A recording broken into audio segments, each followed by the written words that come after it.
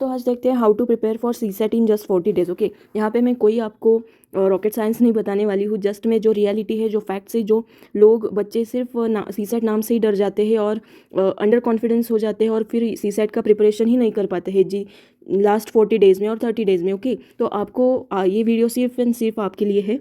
इसमें मैं आपको सिंपल तरीका बताने वाली हूँ जिससे आप डेली आप खुद को एनालिसिस भी कर सकोगे और आपका हर दिन एक कॉन्फिडेंस बूस्ट होगा एंड देन आपका लेवल ऑफ प्रिपरेशन भी बढ़ जाएगा।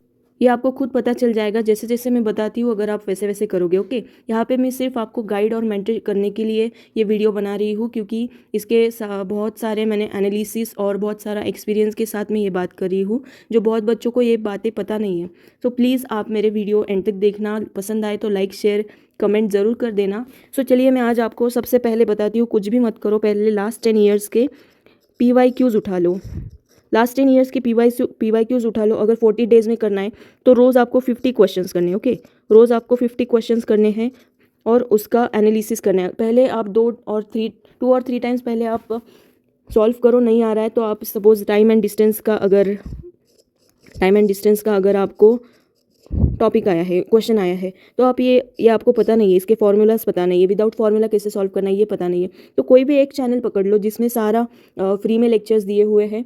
यूट्यूब पर बहुत सारे चैनल्स है, बहुत सारे टीचर्स है जो आपके लिए हेल्प करने के लिए यूट्यूब वीडियोज़ बना रहे हैं। ओके, सो आप वहाँ से जाकर उनकी प्लेलिस्ट सेव कर लेना और डेली आपने सपोज आपने 50 क्वेश्चन में आपने 40 टॉपिक्स मैथ्स के किए हैं, तो ये 40 टॉपिक्स आप वहाँ से कवर कर लेना। उसके सारे क्वेश्चंस आप रिपीट कर लेना और प्रैक्टिस कर देना। ये आपको 1.5 से 2 घंटे इसको देने हैं PYQs को। ओके, पहले आपको ये 10 PYQs होने के बाद आपको एक बात ध्यान रखनी है, सिर्फ UPSC के PYQs नहीं करने हैं, जो भी अदर एग्जाम्स है, जैसे कि UPSC नेवल का एग्ज़ाम कंडक्ट करती है, NDA कंडक्ट करती है, कंबाइंड मेडिकल का भी एग्ज़ाम कंडक्ट करती है, देन फॉरेस्ट डिपार्टमेंट का भी एग्ज़ाम कंडक्ट करती है, तो इनके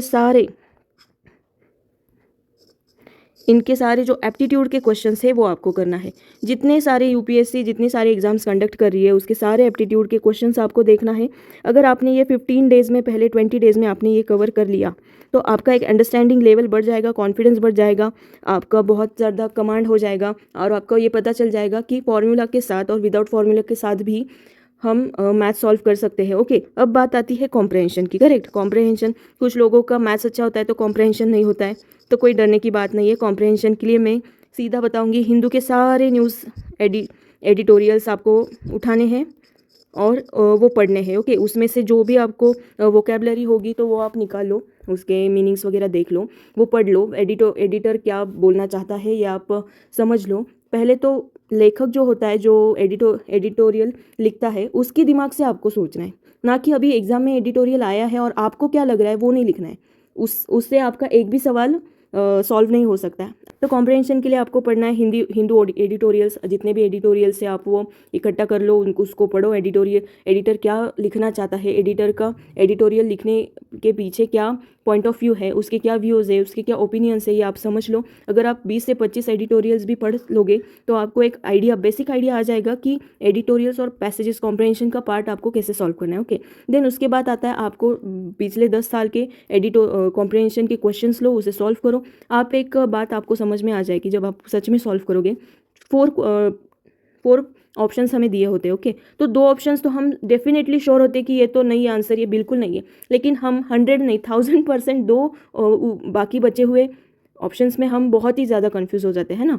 तो वो कन्फ्यूजन दूर करने के लिए हमें ये प्रैक्टिस करनी। अगर आप डेली 3 एडिटोरियल्स की भी प्रैक्टिस करोगे ना, 3 कॉम्प्रहेंशन के पैसेजेस की अगर आप प्रैक्टिस करोगे तो आपको बहुत फ़ायदा होगा। कॉम्प्रहेंशन और मैथ्स का दोनों मिला के आपको क्या 27 क्वेश्चंस करेक्ट करने हैं सिर्फ आपको, ना कि SC 30 भी नहीं बोल रही हूँ मैं। आप 27 भी करेक्ट करके आओगे तो भी आपका 66.6 मार्क्स आपको मिल जाएगी, जो कि हमारा क्वालिफाइंग नेचर का पेपर है। ओके, सो आपको ये बहुत ही सिंपल तरीका मैंने बताया है, यहाँ पे कुछ भी नहीं करना है। देखो दोस्तों, अगर डर जाओगे तो आगे नहीं बढ़ पाओगे। ओके, अगर आपने GS की बहुत अच्छी तैयारी की है और CSAT में अगर आपको डर लग रहा है तो बिल्कुल डरो मत।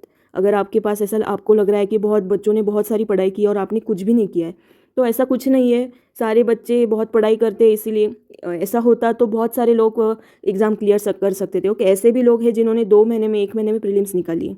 तो बिल्कुल भी आप टेंशन में मत रहिए, मैं जैसे बता रही हूँ वैसे करो। मैं लास्ट 40 डेज़ में PYQs क्यों बोल रही हूँ और अदर यूपीएससी जो भी एग्जाम्स कंडक्ट करती है वो क्यों बोल रही हूँ, क्योंकि यूपीएससी इसी में से क्वेश्चन पूछ रहा है। टॉपिक क्वेश्चन बिल्कुल अलग है लेकिन टॉपिक सेम है, बहुत से टॉपिक सेम है और हमें 100% मार्क्स नहीं लाने। Keep it in your mind firstly, हमें 100% मार्क्स नहीं चाहिए इसमें, तो हमें सिर्फ 60 मार्क्स चाहिए। और जीएस में भी आपको हार्डली 50 to 60 क्वेश्चंस करेक्ट करके आने हैं। ओके, तो इससे आप एक स्ट्रैटेजी वाइज चलो। अभी 40 डेज़ में आपको क्या पढ़ना है, क्या पढ़ना है, इससे ज़्यादा आपको क्या नहीं पढ़ना है, इस पर फोकस करना है। ओके, चलो जीएस के बारे में तो बाद में करेंगे। एक वीडियो तो मैंने डाला है, आप जाकर देख सकते हो। 40 डेज़ का वीडियो मैंने मेरे यूट्यूब चैनल पे है। तो बहुत सारे अभी ये पढ़ लो वो पढ़ लो, सारी जगह पे मैं ये सुन रही हूँ, लेकिन सच में बताती हूँ ऐसा कुछ नहीं है। आप प्लीज़ ज़्यादा फोकस आपके क्वेश्चन पेपर्स पे करो। सीसेट के बारे में आप जो आपने एक भी बुक नहीं पढ़ा RS अग्रवाल, ये वो कुछ ज़रूरत नहीं है उसकी पढ़ने की। आप सिर्फ PYQs पे फोकस करो, प्रैक्टिस पे फोकस करो। आप एक टाइप की जो क्वेश्चन है आप उसी टाइप के 10 क्वेश्चन सॉल्व करके देखो। आपको 15 डेज़ के बाद मेरे चैनल पे आ जाना, कमेंट बॉक्स में कमेंट करना आपको ये स्ट्रैटेजी कैसे लगी है। सिर्फ मैं ये बता रही हूँ कि आप पूरा रिलाई कर सकते हो PYQs पे और यूपीएससी जो भी अदर एग्जाम्स कंडक्ट करती है वो। अभी थोड़ा लोग बोल रहे हैं कि इंजीनियरिंग के क्वेश्चंस भी डाल रहे हैं ना, तो क्या है इंजीनियरिंग के मतलब ऐसे कौन से क्वेश्चंस डाल, और अगर आ भी रहे हैं तो मैंने आपको बताया ना, हमें सिर्फ 27 पे फोकस करना है। हमें सिर्फ 27 पे फोकस करना है। हमें 27 क्वेश्चंस आपको करेक्ट करके लाने। देन मैं बात करती हूँ लॉजिकल रीजनिंग की। वो तो देखो, पेपर में 3 प्रकार के क्वेश्चंस आते हैं। एक आता है डिफ़िकल्ट लेवल, एक आता है मॉडरेट लेवल, और जो आता है वो लास्ट वाला ईजी लेवल। तो ईजी तो हम कर ही लेंगे, 8 से 10 क्वेश्चन तो ईजी आ ही जाते हैं। हार्डली मतलब ईजीली 8 से 10 क्वेश्चंस ईजी आ जाते हैं। मॉडरेट आ जाते हैं 8 से 10 क्वेश्चंस। रह गए डिफ़िकल्ट, तो नहीं आता है तो मत करो ना, थोड़ा बहुत आता है तो आपको वो करना है। ये जो मैंने PYQs बोले हैं उसमें से आप वो कर सकते हो। ओके, सो आपको मॉडरेट और इजी लेवल के क्वेश्चन है वो पहले सॉल्व करके देखने। आप जब PYQs खुद सॉल्व करेंगे तो आपको पता चल जाएगा कि आपका प्रिपरेशन हो रहा है कि नहीं हो रहा है, आपके आंसर्स निकल रहे हैं कि नहीं निकल रहे।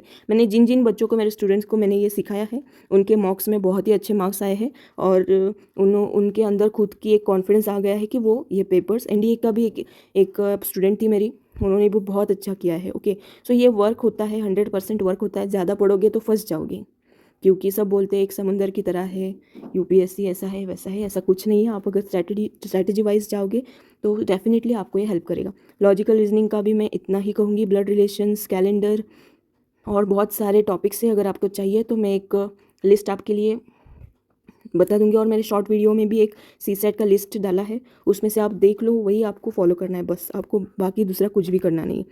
लॉजिकल रीजनिंग के लिए यही है, आप सारे PYQs में जो भी टॉपिक है वो लिख लो, वो पढ़ लो, उसे रिवाइज कर लो। और लास्ट वाली tip, last but the list, एक बताती हूँ। आपको सिर्फ एक बात करनी है, जो कि है आपको डेली 15 क्वेश्चंस की प्रैक्टिस करनी है खुद से। ये जो मैं बता रही हूँ ये आपका 3 घंटे का होना चाहिए। अभी लास्ट के 40 डेज़ है, मतलब आपको GS पे भी ध्यान देना है, आपको सीसेट पे भी ध्यान देना है। देखो, 15 से 16 घंटे आपको पढ़ना ही पढ़ना है। 12 से 14 घंटे आप GS करो, उसमें से भी 2 घंटे, अगर 14 घंटे पढ़ रहे हो तो 12 घंटे पढ़ाई करो और 2 घंटे रिवीजन को दो। ऐसे ही मैं इसमें बोल रही हूँ, अगर 3 घंटे आप सीसेट को दे रहे हो तो 2 घंटे पढ़ो और 1 घंटा पूरा 15 क्वेश्चंस टाइम लगा के सॉल्व करो। जी हाँ दोस्तों, टाइम लगा के सॉल्व करो, 15 क्वेश्चन सॉल्व करो। जो भी 2 घंटे में पढ़ा है उसके ऊपर ही क्वेश्चन सॉल्व करो। PYQs ही करो, और जो भी क्वीज़ वगैरह हो जाते हैं, और यूपीएससी मॉक्स में भी बहुत सारी विजन IAS की मॉक ले सकते हो आप सीसेट की, उसमें जो क्वेश्चन है आप वो कर सकते हो। नियर अबाउट कोई भी टेस्ट सीरीज़ ऐसी नहीं है एक्चुअली जो यूपीएससी पैटर्न को फॉलो करे और एज इट इज़ उसमें से क्वेश्चन आए। लेकिन हाँ, ज़रूर एक बात बताना चाहूँगी, इससे हमारी क्वेश्चन प्रैक्टिस बहुत अच्छे से हो जाती है। ओके, सो इस पर फोकस करना। ये सारी चीज़ें मैंने आपको बताई है, इस पर फॉलो करना। तो मेरा वीडियो अगर आपको अच्छा लगे तो कमेंट सेक्शन में ज़रूर बताना, और लाइक शेयर सब्सक्राइब करना भूलना मत। Okay, thank you.